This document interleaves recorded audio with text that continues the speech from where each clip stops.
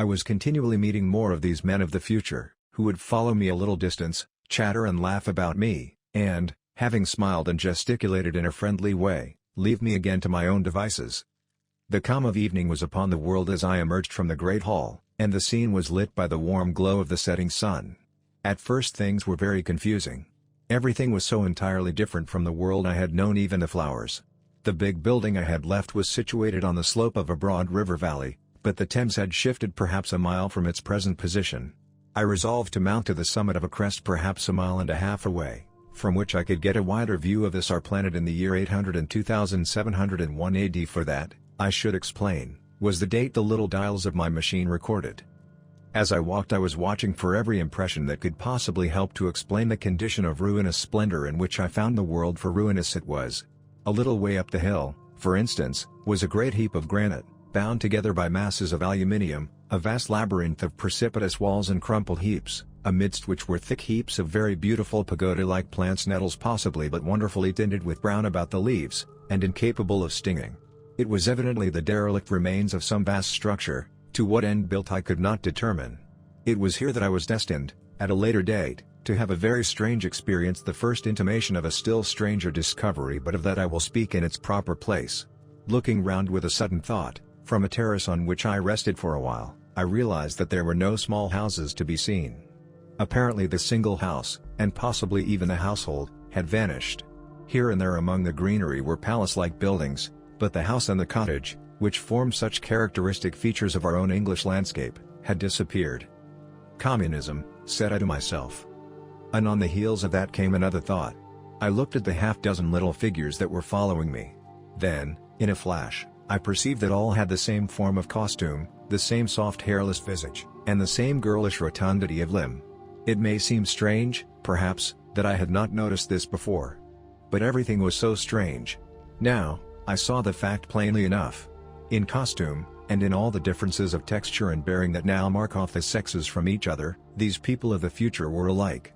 And the children seemed to my eyes to be but the miniatures of their parents. I judged, then, that the children of that time were extremely precocious, physically at least, and I found afterwards abundant verification of my opinion. Seeing the ease and security in which these people were living, I felt that this close resemblance of the sexes was after all what one would expect, for the strength of a man and the softness of a woman, the institution of the family, and the differentiation of occupations are mere militant necessities of an age of physical force, where population is balanced and abundant. Much childbearing becomes an evil rather than a blessing to the state, where violence comes but rarely and offspring are secure. There is less necessity, indeed there is no necessity, for an efficient family, and the specialization of the sexes with reference to their children's needs disappears. We see some beginnings of this even in our own time, and in this future age it was complete. This, I must remind you, was my speculation at the time. Later, I was to appreciate how far it fell short of the reality. While I was musing upon these things, my attention was attracted by a pretty little structure, like a well under a cupola. I thought in a transitory way of the oddness of wells still existing, and then resumed the thread of my speculations. There were no large buildings towards the top of the hill, and as my walking powers were evidently miraculous, I was presently left alone for the first time. With a strange sense of freedom and adventure I pushed on up to the crest. There I found a seat of some yellow metal that I did not recognize, corroded in places with a kind of pinkish rust and half smothered in soft moss, the armrests cast and filed into the resemblance of griffins' heads. I sat down on it, and I surveyed the broad view of our old world under the sunset of that long day. It was as sweet and fair a view as I have ever seen. The sun had already gone below the horizon and the west was flaming gold, touched with some horizontal bars of purple and crimson. Below was the valley of the Thames, in which the river lay like a band of burnished steel. I have already spoken of the great palaces dotted about among the variegated greenery, some in ruins and some still occupied. Here and there rose a white or silvery figure in the waste garden of the earth, here and there came the sharp vertical line of some cupola or obelisk. There were no hedges, no signs of proprietary rights, no evidences of agriculture. The whole earth had become a garden.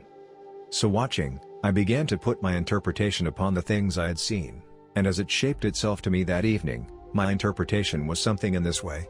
Afterwards I found I had got only a half-truth or only a glimpse of one facet of the truth. It seemed to me that I had happened upon humanity upon the wane. The ruddy sunset set me thinking of the sunset of mankind. For the first time I began to realize an odd consequence of the social effort in which we are at present engaged. And yet, come to think, it is a logical consequence enough. Strength is the outcome of need, security sets a premium on feebleness. The work of ameliorating the conditions of life, the true civilizing process that makes life more and more secure, had gone steadily on to a climax. One triumph of united humanity over nature had followed another. Things that are now mere dreams had become projects deliberately put in hand and carried forward. And the harvest was what I saw. After all, the sanitation and the agriculture of today are still in the rudimentary stage. The science of our time has attacked but a little department of the field of human disease, but even so, it spreads its operations very steadily and persistently. Our agriculture and horticulture destroy weed just here and there and cultivate perhaps a score or so of wholesome plants, leaving the greater number to fight out of balance as they can. We improve our favorite plants and animals, and how few they are gradually by selective breeding, now a new and better peach, now a seedless grape, now a sweeter and larger flower, now a more convenient breed of cattle. We improve them gradually, because our ideals are vague and tentative, and our knowledge is very limited, because nature, too, is shy and slow in our clumsy hands. Someday all this will be better organized, and still better. That is the drift of the current in spite of the eddies. The whole world will be intelligent, educated, and cooperating. Things will move faster and faster towards the subjugation of nature. In the end, wisely and carefully we shall readjust the balance of animal and vegetable meat to suit our human needs. This adjustment, I say, must have been done, and done well, done indeed for all time, in the space of time across which my machine had leapt. The air was free from gnats, the earth from weeds or fungi, everywhere were fruits and sweet and delightful flowers, brilliant butterflies flew hither and thither. The ideal of preventive medicine was attained. Diseases had been stamped out. I saw no evidence of any contagious diseases during all my stay. And I shall have to tell you later that even the processes of putrefaction and decay had been profoundly affected by these changes. Social triumphs, too, had been effected. I saw mankind housed in splendid shelters, gloriously clothed, and as yet I had found them engaged in no toil.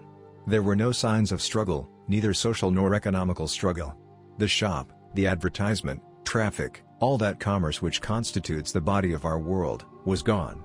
It was natural on that golden evening that I should jump at the idea of a social paradise. The difficulty of increasing population had been met, I guessed, and population had ceased to increase. But with this change in condition comes inevitably adaptations to the change. What, unless biological science is a mass of errors, is the cause of human intelligence and vigor? Hardship and freedom, conditions under which the active, strong, and subtle survive and the weaker go to the wall, conditions that put a premium upon the loyal alliance of capable men, upon self-restraint, patience, and decision. And the institution of the family, and the emotions that arise therein, the fierce jealousy, the tenderness for offspring, parental self-devotion, all found their justification and support in the imminent dangers of the young. Now, where are these imminent dangers?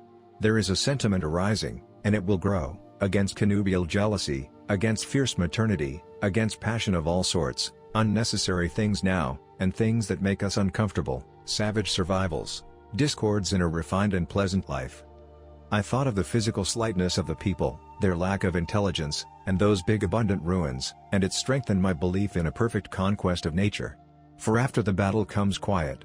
Humanity had been strong, energetic, and intelligent, and had used all its abundant vitality to alter the conditions under which it lived. And now came the reaction of the altered conditions. Under the new conditions of perfect comfort and security, that restless energy, that with us is strength, would become weakness. Even in our own time certain tendencies and desires, once necessary to survival, are a constant source of failure. Physical courage and the love of battle, for instance, are no great help, may even be hindrances to a civilized man. And in a state of physical balance and security, power, intellectual as well as physical, would be out of place. For countless years I judged there had been no danger of war or solitary violence, no danger from wild beasts, no wasting disease to require strength of constitution, no need of toil. For such a life, what we should call the weak are as well equipped as the strong, are indeed no longer weak. Better equipped indeed they are, for the strong would be fretted by an energy for which there was no outlet. No doubt the exquisite beauty of the buildings I saw was the outcome of the last surgings of the now purposeless energy of mankind before it settled down into perfect harmony with the conditions under which it lived, the flourish of that triumph which began the last great peace.